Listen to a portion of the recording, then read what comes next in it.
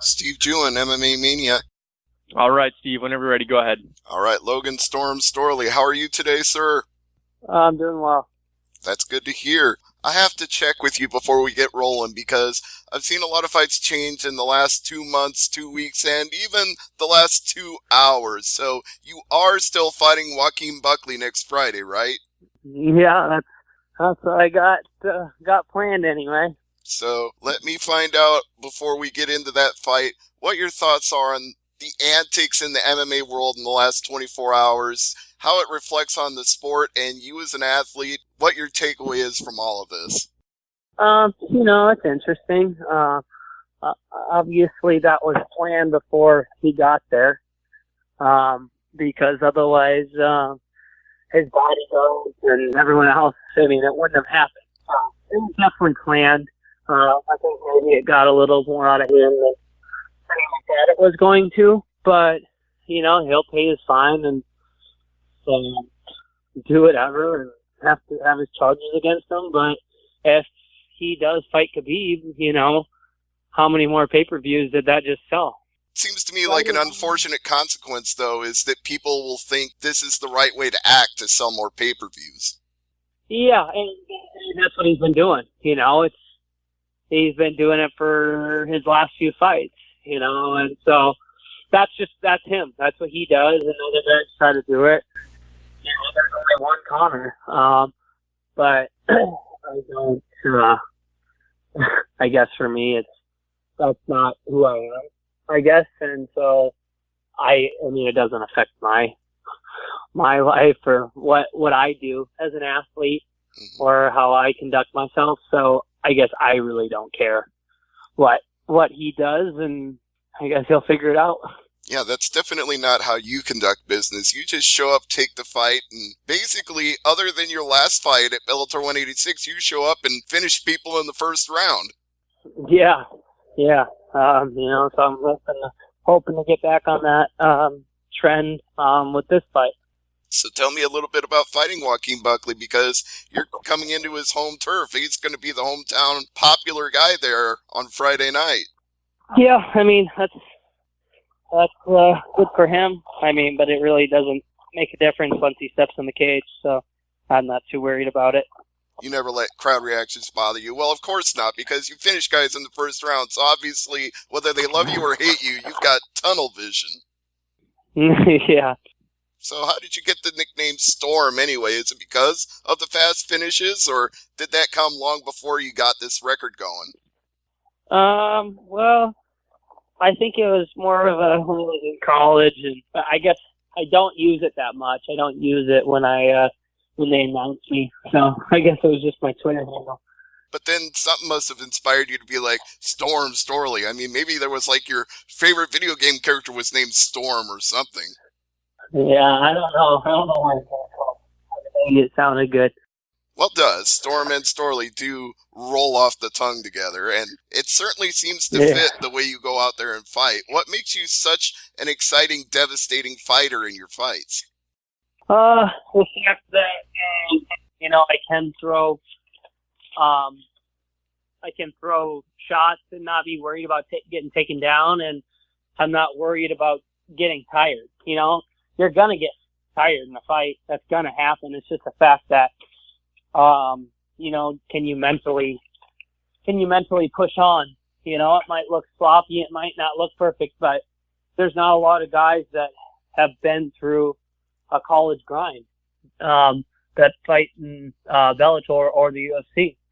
And so very few guys understand what that's truly like, and I've done it my whole life. And so that's kind of what gives me that confidence to go out there and if I get a takedown, get on top, to try to finish the fight right away. If it doesn't happen, I'm not worried about the consequences of spending energy, because I'm going to be able to continue to march forward and push the pace. Now, if you could, tell us a little more about that grind and how it led you to become a mixed martial artist, because I think there are a lot of people that don't yet know the story of Logan Storley. I've been wrestled since I was 5 years old, and Brock Lesnar's from my hometown, and so I spent some time with him as a freshman and sophomore when he lived in Alexandria and trained out of his death clutch gym over there. So I'd go up there and see him. And then I had 3 amateur fights in high school, and then my senior year of high school, I went back up to Brock's and got to spend time with Tony Ferguson when he was on the Ultimate Fighter. And so that's kind of when I knew this is what I want to do after I was done competing in college. What do you think of the success you've seen Brock have both in and outside of UFC, and the fact that he's got a big match coming up on Sunday? Yeah. It's cool to see a guy from your same hometown, small town, be successful, and, he's helped me out along the way, and so obviously I appreciate it. Do you think there's something in the water, so to speak, about coming from a small town like Webster, that it just makes you more passionate and fight harder to get over and succeed? I think it just, it gives you there's something about the small Midwest towns, just that blue collar mentality of, hard work, waking up during the winter every morning, and it's -5 degrees outside, but you still have to go about your day. It doesn't matter. It doesn't matter how cold it is. It doesn't matter how you feel. I grew up on a farm. My dad was a farmer. And it didn't matter how he felt. Work still needed to be done. Cattle still need to be fed, fields, etc. The work still needs to be done. And so that's something that you take with you now. I don't live on the farm, and I didn't spend that much time, obviously, in high school with so much wrestling, but I was around it. I was around it a lot, and even in college, I come home and, he was always working. And so that's something you just kind of take with you and remind yourself when something doesn't feel good, you think about back home and what they have to go through every single day for how many ever years. So I can't agree more, because it may be 100 degrees outside in the shade, but you still got to go out to the bean field and pull those weeds. Yeah. Life doesn't stop. You just got to keep going, and you got to keep going with Joaquin Buckley as well. What do you make of him as a fighter and his fighting style? He's an explosive southpaw, who, he's a tough kid. He's a good kid and has a wrestling background as well. So, I've been prepared. Been back here since January and getting ready. Just improving and I'm ready for this fight. But he's a tough kid, and that's what that at this level, that's what it is. Everyone you fight is tough. Do you find that when you have a fight where you got two guys with a great amateur wrestling background, that it ends up neutralizing it, and then you end up just exchanging on the feet? Yes and no. I think my style of wrestling is a little different. So yeah, you see it with certain fights, but very few people have my kind of wrestling style that can scramble and push the pace and go from one takedown to the next, to upper body, back to a takedown, to, if I get taken down, great, because I'm going to reverse you and get back on top and beat you up anyway.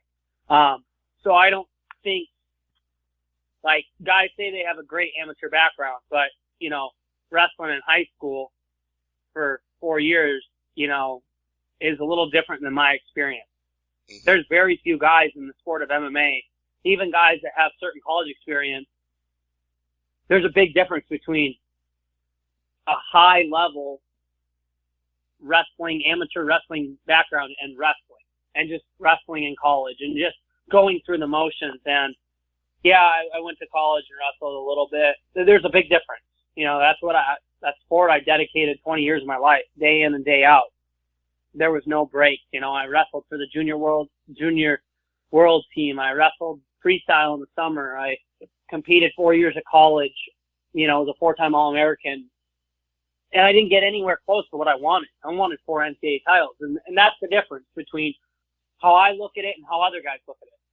Most people would be very happy with being a 4-time All-American at the University of Minnesota, but to me, it was a letdown. You know, it was a big letdown, and so that's why I got into the sport of MMA, is because I wasn't done competing. I didn't accomplish the goals that I wanted to accomplish, and so that's the biggest difference when guys announcers are talking about their wrestling background. Well, you know, there's a lot of difference between what I did and what most other guys do or called wrestling for their whole life. And the other difference is that it gives you an experience level that other fighters just can't touch, because you've already had hundreds, if not thousands, of matches in your lifetime long before you were calling yourself a mixed martial artist. Yeah. You know, I've wrestled over 1,000 matches in my life, competed one-on-one against another man since I was 5 years old. So I know what it is like to go out there, shake hands, and may the best win.